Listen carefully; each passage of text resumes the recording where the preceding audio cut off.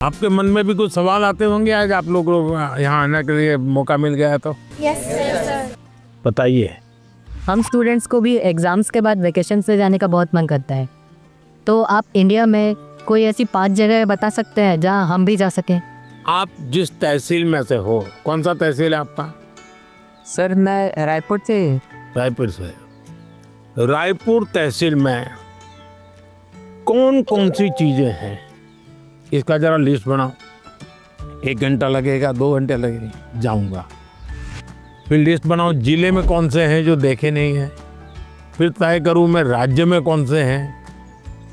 छत्तीसगढ़ में ऐसी कौन सी जगह मैं गया नहीं हूँ। हमें कहीं पर भी जाए स्टूडेंट के रूप में जाना चाहिए, तब टूरिज्म का मजा आता है। रेल के डिब्बे में जाना और साथ में खाना भी ले जाना, देखना चाहिए कैसा अनुभव होता है। भीड़ होती है, क्या होता है, लोग बातें करते हैं, क्या करते हैं, इसका एक आनंद होता है, जीवन में सीखने को मिलता है। भारत इतनी विविधताओं से भरा हुआ है, एक जिंदगी भी कम पड़ जाए देखने के लिए।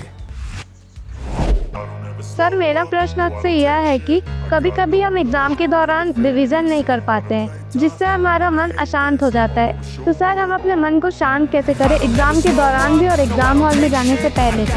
1 वीक देख लीजिए परीक्षा के पहले का, सभी चीज़ों को आपने ऊपर नीचे तो कर ही लिया होगा। आप मान के चलिए आपने जो सुना है, आपने जो पढ़ा है, वो बेकार नहीं गया है। कहीं ना कहीं तो स्टोरेज है ही है वो। आप शांत मन से बैठ लीजिए, चिंता मत कीजिए, जैसा पेपर आता है देखिए। दूसरी चीज, आप अच्छा विद्यार्थी बनना है ना, आपको उस विषय पर ग्रिप होनी चाहिए, तभी तो अच्छे विद्यार्थी बनोगे। सब्जेक्ट पर ग्रिप कैसे आएगी? एक अच्छा खिलाड़ी कैसे बनता है? निरंतरता बनाए रखें, रूटीन में चलता है। सबसे बड़ी बात है वो लगातार कंपटीशन करता रहता है, गिरता है, पटकता है, हारता है, जीतता है, करता है, उसमें से वो खिलाड़ी बनता है। ठीक है, आपको मैं सुझाव देता हूँ, आप करिए।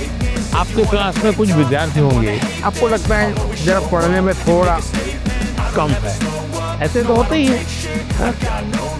ऐसे एक साथ को आप दोस्त बना, ये टेक्निक बहुत कायम आई है। उसको कहो कि मैं आज तुझे मैथ सिखाना चाहता हूँ।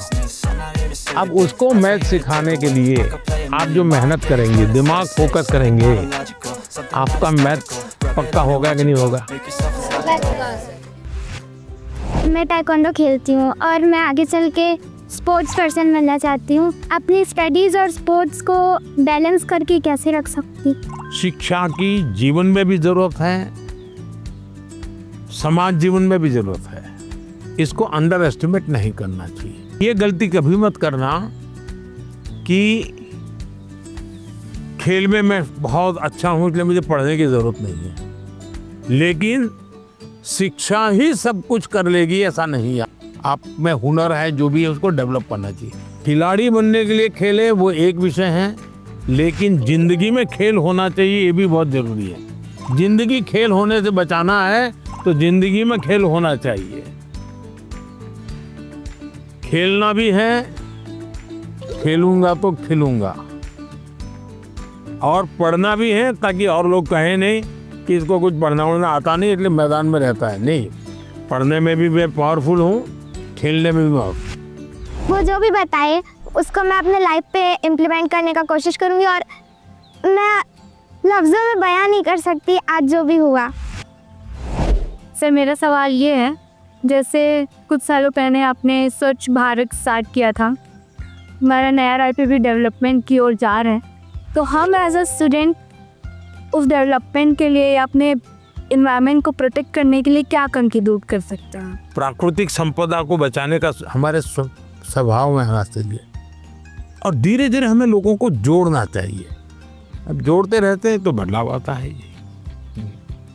खुद के जीवन में कुछ नियमों का अगर हम पालन करते हैं, जैसे अब पानी, मुझे बताइए कि मैं ब्रश कर रहा हूँ, और पानी बह रहा है। अरे भाई तुम ब्रश कर रहे हो तो पानी तो बंद करो, जब मुंह धोओगे तब पानी लेना। छोटी छोटी चीज़ें होती हैं। एक बार मैं एक गांव की यात्रा कर रहा था, दूर से मैंने देखा कि एक जगह एकदम से जंगल जैसा लग रहा है, बड़ा हरी भरा। क्या है बोले तो स्कूल है। तो सब इतना सूखा है, ग्रीन है। वहाँ एक टीचर थे।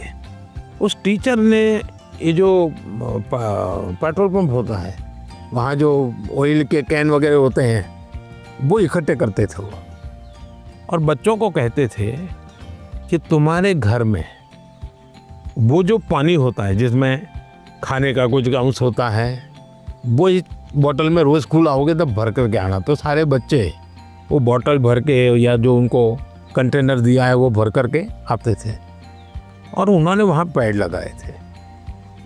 हर बच्चे को एक पेड़ दे दिया गया था।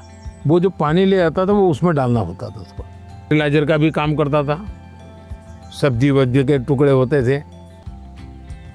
उसके कारण वो पूरा स्कूल को चारों तरफ एकदम से ग्रीन बन गया था।